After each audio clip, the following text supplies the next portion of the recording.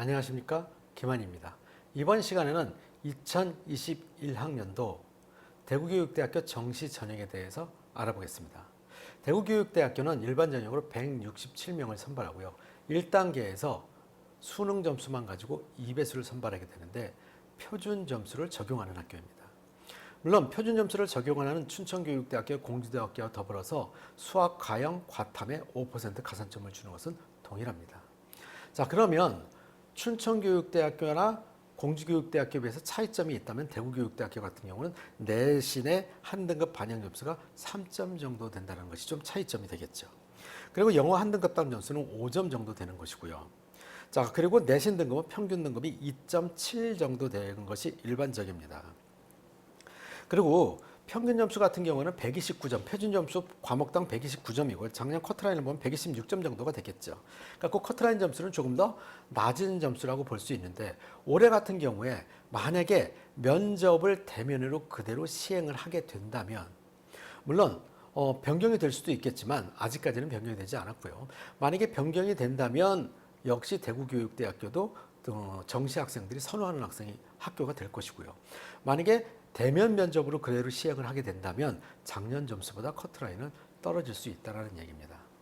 자, 그 이야기는 뭐냐 하면은 많은 학생들이 정시에 있어서 수능 점수만 가지고 면접에 부담 없이 갈 수 있다면 그런 학교를 선호하게 되는데 대구교육대학교 같은 경우는 면접에서 100점 정도의 점수를 보고 기본 점수가 78점이에요. 그럼 유동 점수가 22점인데 어느 정도의 변별력은 존재할 수밖에 없죠. 자, 그러다 보니까 면접을 보고 가는 학교들이 올해 같은 경우에는 점수가 조금 낮은 학생들한테는 유리할 수 있는 학교다라는 걸 꼭 염두에 두시고요.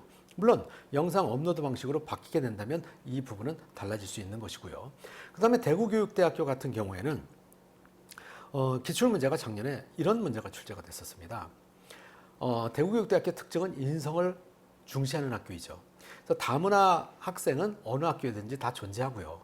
A라는 학생이 학급에 다문화 학생이 2명이 있는데 어떤 조별 학습을 하는 과정 속에서 이 2명이 A라는 학생과 같은 조에 포함이 된 것입니다. 다문화 학생 2명이. 이 A라는 학생은 그로 인해서 제대로 시행이 되지 않고 제대로 과제나 토론이 진행이 되지 않는 이유가 이 다문화 가정 학생 때문에 이유가 있다라고 이야기를 하고 이것을 담임 선생님의 불만을 토로합니다. 어떻게 지도를 해야 될 것인지 이것이 문제입니다. 교사의 입장에서. 그럼 두 가지 측면을 방향성을 제시해야 되겠죠. 다문화 가정 학생의 교육은 어떤 방향성으로 교육을 할 것인지 학생들의 인성교육은 어떤 방향으로 교육을 해야 될 것인지 여기에 착안해서 답변을 한다면 좋은 답변이 되겠죠.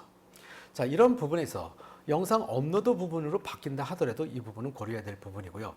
자, 대구교육대학교 전체적으로 크게 바뀐 것은 없습니다. 그래서 작년 점수 대비 올라갈 수 있는 요인이 무엇이고 내려갈 수 있는 요인이 무엇인지를 잘 체크하셔서 지원하시게 된다면 좋은 결과가 있을 것입니다.